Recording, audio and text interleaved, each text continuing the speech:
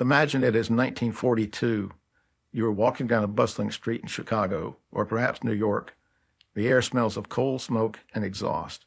The noise of the city is loud, but if you look at the walls, they're screaming at you. Every storefront window, every factory wall, every post office lobby is plastered with bright, violent primary colors. A sinking ship engulfed in flames, a child's doll broken on a bombed-out street, a floating spectral hand pointing directly at your chest. You cannot escape them. They tell you what to eat. They tell you when to speak. They tell you that your neighbor might be a spy, that your car tires are vital military equipment, and that if you call in sick to work tomorrow, you are personally helping Adolf Hitler. We tend to remember World War II as a war of steel, oil, and atomic fire, but before the Allies could deploy the tanks, they had to deploy the mind. They had to weaponize the American imagination. This is the story of the Paper Army, the greatest visual propaganda campaign in human history.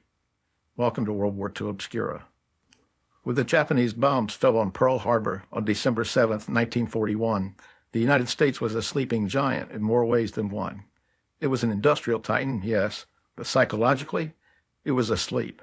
The country was divided, isolationist, and largely unprepared for the total mobilization required for global war. The Roosevelt administration realized immediately that they didn't need just soldiers. They needed a unified national soul. They needed to turn a sprawling, diverse, argumentative democracy into a single-minded war machine. And they didn't have the internet. They didn't have social media. They had the radio, sure, but the radio was fleeting. Words vanished into the air. To make the message stick, they needed something permanent, something you saw when you woke up, and something you saw before you went to sleep. They needed the poster. What followed was an explosion of ink and wood pulp that blanketed the continent. Enter the Office of War Information, the OWI. Created in June 1942, this wasn't just a government bureau. It was a fusion of Washington bureaucrats and the madmen of Madison Avenue. They produced not just hundreds, but hundreds of thousands of designs.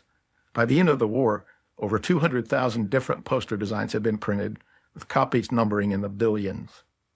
But this wasn't just advertising. It was psychological engineering. The American poster effort during World War II reveals a terrifying and fascinating truth about humanity. In times of crisis, we crave instruction. We want to be told who to hate, who to love, and exactly how much toothpaste to use to save the Republic. Today we're going to look at the American poster effort, not just the famous images of Rosie the Riveter, but the obscure, the dark, the desperate campaigns that truly won the war on the home front. We're going to examine how the government convinced a free people to police themselves. To understand the stakes, we have to look at the early days of 1942. The news was bad. The Pacific Fleet was crippled, the Philippines were falling, and the Atlantic, German U-boats were sinking merchant ships within sight of the American coast. Beachcombers in Florida could watch oil tankers burning on the horizon out in the Gulf of Mexico. The first wave of posters reflected this sheer panic. They weren't subtle. They were visceral screams for help. For 20 years, Americans had been told that foreign wars were a mistake. Isolationism was the religion of the land. Now, practically overnight, the government had to convince 130 million people to completely alter their lives, their spending, and their thinking. Consider the atmosphere in the Office of War Information. It was chaotic. Writers, poets, and advertising executives from Madison Avenue were thrown together in government buildings in Washington, D.C., arguing over the brand of the war. The initial strategy was simple: avenge. The early posters are dark. They focus heavily on the date December 7th. We see battered American sailors, tattered flags, and smoke. The message was reactive. Remember, Pearl Harbor wasn't just a slogan. It was a plea for anger. But anger is hard to sustain. You can't run a 4-year factory shift on pure rage. You need purpose. This led to one of the most interesting conflicts in the history of American art. The government bureaucrats favored stylized, abstract, intellectual posters, silhouettes of tanks, graphs showing production numbers, modernist graphic design that looked sophisticated, but the public hated them. They didn't understand them. The posters simply fell flat. A famous anecdote from the era involves a poster showing a stylized muscular arm holding a wrench or hammer with an abstract background. When shown to factory workers, many asked if the man was a communist or if he was breaking the machine. They didn't connect with the symbolism. The OWI realized they had a problem. They were trying to sell the war like a high-end perfume when they needed to sell it like a catastrophic car crash that only you could fix. They needed realism. They needed the Saturday Evening Post aesthetic. They needed to show the American people themselves. Enter Norman Rockwell. Rockwell is dismissed today often as a painter of sweet, idyllic Americana, but in 1943 he became a war propagandist of immense power. President Roosevelt had given a speech outlining the four freedoms: freedom of speech, freedom of worship, freedom from want, and freedom from fear. It was a great speech, but in the abstract, freedom from want is a concept that's hard to visualize. Rockwell wanted to paint these freedoms. He actually went to the Ordnance Department in Washington to offer his services. In a moment of bureaucratic stupidity that is almost funny in hindsight, he was told, "The last war was fought by illustrators. This war is going to be fought by fine artists. We don't need you." He was rejected. The government didn't want the man who painted everyday life. So Rockwell went home to Vermont. He worked himself into a state of exhaustion. He cast his neighbors as models. He didn't paint Greek goddesses representing victory. He painted a guy standing up at a town hall to represent freedom of speech. He painted a grandmother serving a turkey to represent freedom from want. When these images were published in the Saturday Evening Post, the reaction was seismic. The public didn't just like them, they wept over them. I'm fighting back tears myself as I read this. The OWI realized their mistake immediately. They adopted the images and printed millions of copies. They toured the original paintings around the country. This moment marked the turning point in the poster war. The American effort shifted from abstract victory to tangible reality. The posters began to show American faces. The message became clear. This is what you're protecting. Not a line on a map, but this turkey dinner, this town meeting, this child being tucked into bed. It normalized the war.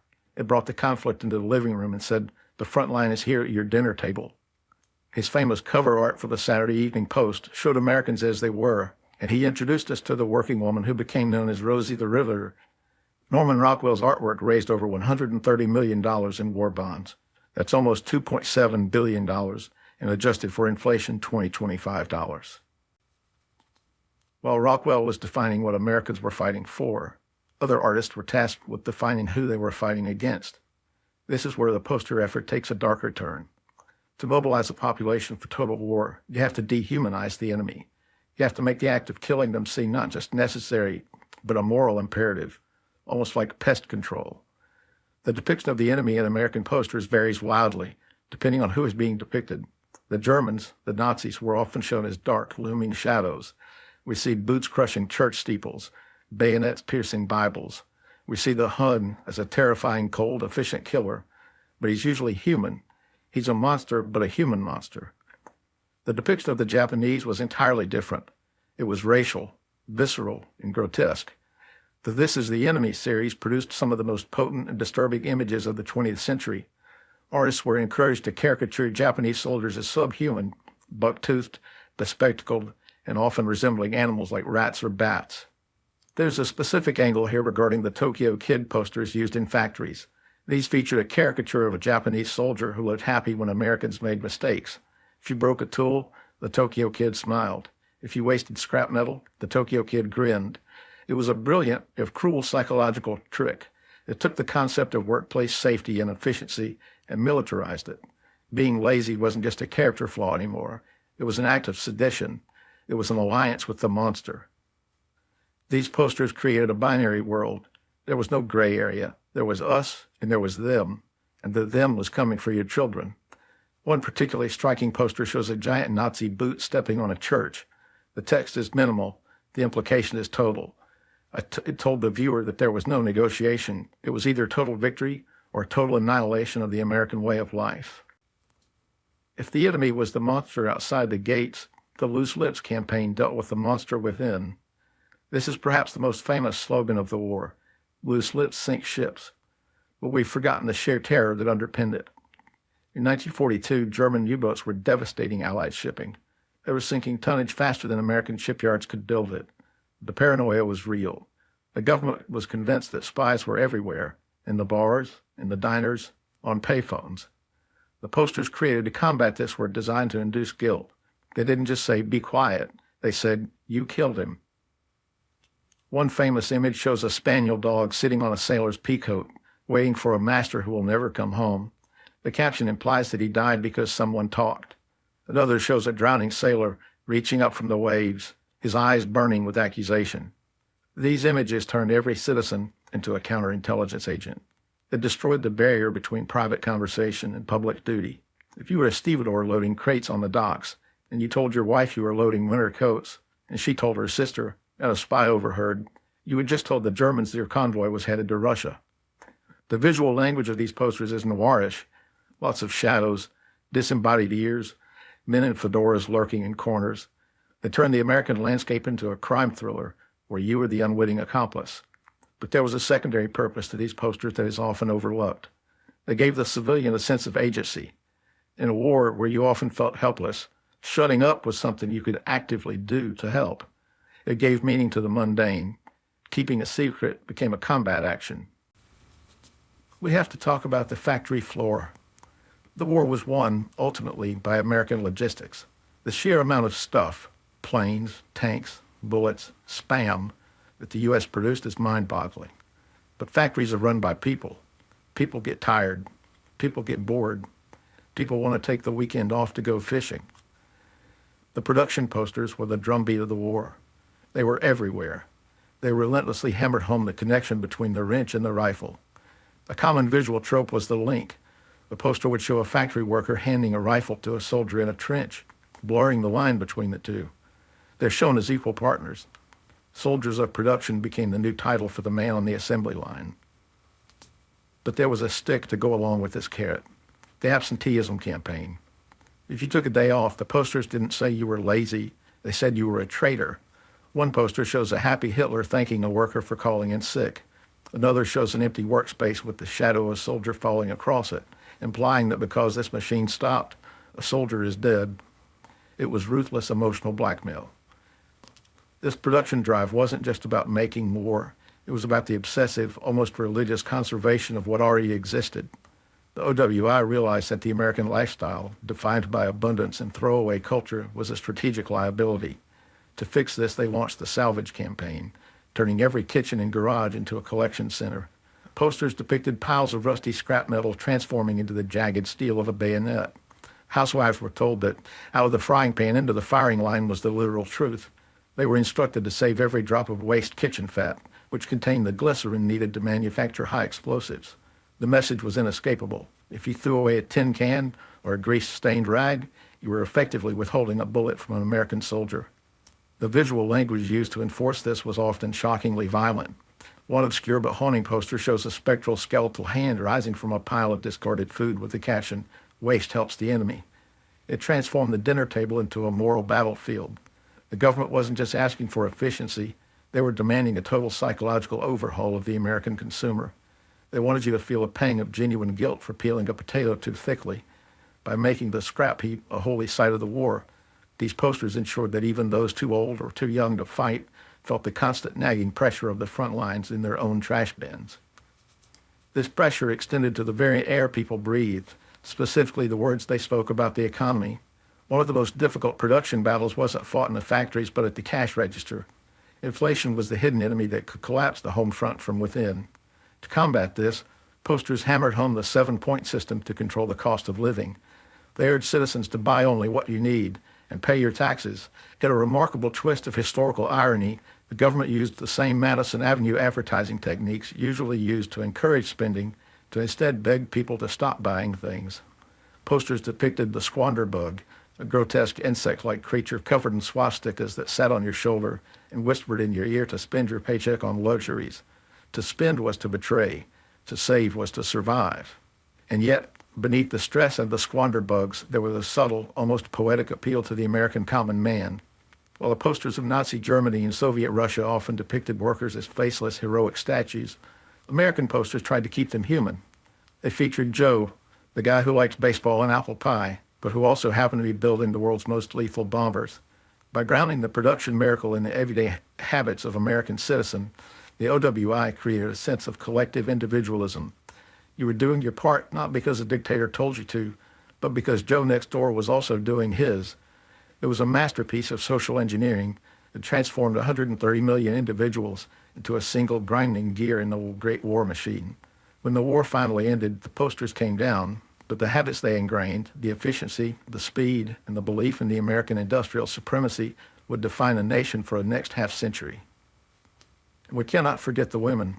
The Rosie the Riveter archetype I mentioned earlier represented a massive shift in visual culture. For the first time, government media showed women not just as mothers or victims, but as muscular, capable industrial combatants. They were shown dirty. They were shown sweating. They were shown wielding power tools, but they appealed to romance. They appealed to duty. They appealed to the desire to bring men home sooner.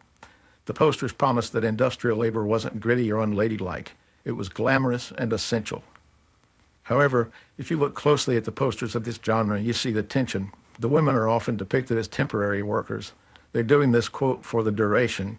The visual language often emphasizes that they are still feminine, wearing makeup while welding, keeping their hair done up in bandanas. The propaganda walk the tightrope, mobilize the women, but don't terrify the men by overturning the gender order permanently. The final element to production posters was the elimination of waste. "When you ride alone, you ride with Hitler" was one of the most famous slogans of the war. It turned the solitary act of driving a car into an act of collaboration. Gasoline was for the front, not for your Sunday drive. These posters created a surveillance state of neighbors. If you saw someone buying black market steak, or driving too much, or throwing away rubber, they weren't just wasteful, they were helping the Axis. The next piece of the puzzle was money, staggering, incomprehensible amounts of it. By 1943, the U.S. was spending millions of dollars every day to keep the global war machine turning. This created a unique economic problem. The government was pouring record-breaking wages into the pockets of workers, but there were almost no consumer goods to buy because every factory had been converted to military use. To prevent a tidal wave of inflation from drowning the economy, the Treasury Department had to reclaim some of that cash. They needed to convince Americans to hand their paychecks back to the government. This was the birth of the war bond drive, psychological Super Bowls of the 1940s. And in this arena, the posters weren't just advertisements, they were the stars. This is where the artists truly unleashed their full emotional arsenal. The bond posters didn't try to sell an investment. They didn't talk about interest rates or maturity dates or fiscal responsibility. Instead, they sold salvation. They sold the survival of the soul. The OWI understood that a cold financial transaction wouldn't move the needle, so they weaponized the most powerful human emotions, shame, pride, and terror. They transformed the act of buying a bond from a financial choice into a moral litmus test. If you didn't have a bond sticker in your window, what kind of person were you? They used guilt with surgical precision. One of the most haunting images featured a combat-weary soldier, his face caked in grime and his eyes staring into the distance with the caption, "He gave his life. Will you give 10%? It was a direct confrontational challenge. It suggested that any money you kept for yourself was a personal insult to the men dying in the mud of Italy or the jungles of Guadalcanal. You weren't saving money. You were withholding the very steel that might save a life. The posters made it clear that the civilian's wallet was just as vital as the soldier's rifle. And if the soldier was willing to bleed, the least you could do was go without a new suit or a fancy dinner. They also used fear, often leaning into what-if scenarios that bordered on horror. One famous poster depicted a group of clean-cut blonde American children playing in the sun, while a giant jagged swastika loomed over them like a guillotine. The caption simply read, "Tomorrow?" If it played on the deepest anxieties of the American parent, the fear that the war wasn't a distant event, but a creeping darkness that would eventually swallow their own backyard. Another showed the master race in a stylized, monstrous form, peering through the window at American sleeping babies. They weren't just posters. They were nightmares rendered in ink, designed to make the viewer feel that the only thing standing between their family and a literal monster was a $10 bond in their pocket. To soften the blow of this constant psychological pressure, the government also used the ultimate American weapon, celebrity. They recruited the icons of the silver screen and the heroes of the Sunday comics to make bond buying feel like a national party. Betty Davis, Cary Grant, and Judy Garland all appear on posters, pleading with their fans to buy a share in America. Even the world of animation was drafted. Bugs Bunny and Mickey Mouse were shown punching Hirohito and Hitler, urging children to save their nickels for war stamps. This created a sense of pop propaganda that made the war feel like a grand star-studded adventure that everyone, from the Hollywood elite to the kid on the paper route, was part of. The most effective Bond posters, the ones that truly broke records, were the ones that focused on the children. The shadow motif was perhaps the most popular and enduring image of the era. You would see three children playing a simple game of Ring Around the Rosie in an idyllic American backyard. But as the sun set, the shadow of a swastika would begin to creep across the grass, reaching for their feet. It was a master class in manipulation. It bypassed the logical, calculating part of the brain and went straight to the primal protective instinct. You didn't buy bonds because it was good economics or because you understood the national debt. You bought them because you wanted to stop that shadow. You bought them because the posters convinced you that the light in your own home depended on it. While much of the paper army focused on the factory and the home, its final, most urgent task was filling the ranks of the active duty military. In 1940, the U.S. Army was smaller than that of Portugal's. By 1945, it was an 11 million strong force. That transformation didn't just happen through the draft. It happened through a relentless, romanticized, and intensely gendered recruiting campaign. For the men, the posters were designed to trigger two things: a sense of adventure and a crushing fear of missing out. The Uncle Sam of World War I, the stern pointing figure, was brought back, but the new posters added a layer of modern heroism. You see paratroopers silhouetted against a moonlit sky, or a sailor looking through a periscope with a confident, knowing smirk. The message was clear. The war was the ultimate test of manhood. One famous poster showed a toddler looking up at his father in the future asking, "Daddy, what did you do in the war?" It was a psychological preemptive strike, suggesting that a no today was a lifetime of shame tomorrow. The most fascinating and obscure shift in the recruiting effort was directed at women. The military needed to free up men for combat, which meant women who didn't otherwise have war jobs had to fill roles in the WACs for the Army, WAVES for the Navy, WAMs for the Marines, and SPARs for the U.S. Coast Guard. The posters for women had to perform a delicate balancing act. They had to look military enough to be serious, but feminine enough not to alarm a conservative public. These images often featured women in crisp, tailored uniforms designed by top fashion houses of the day, looking glamorous yet professional. They weren't just soldiers, they were ensigns of beauty. The slogans were masterful: "Release a man for sea duty."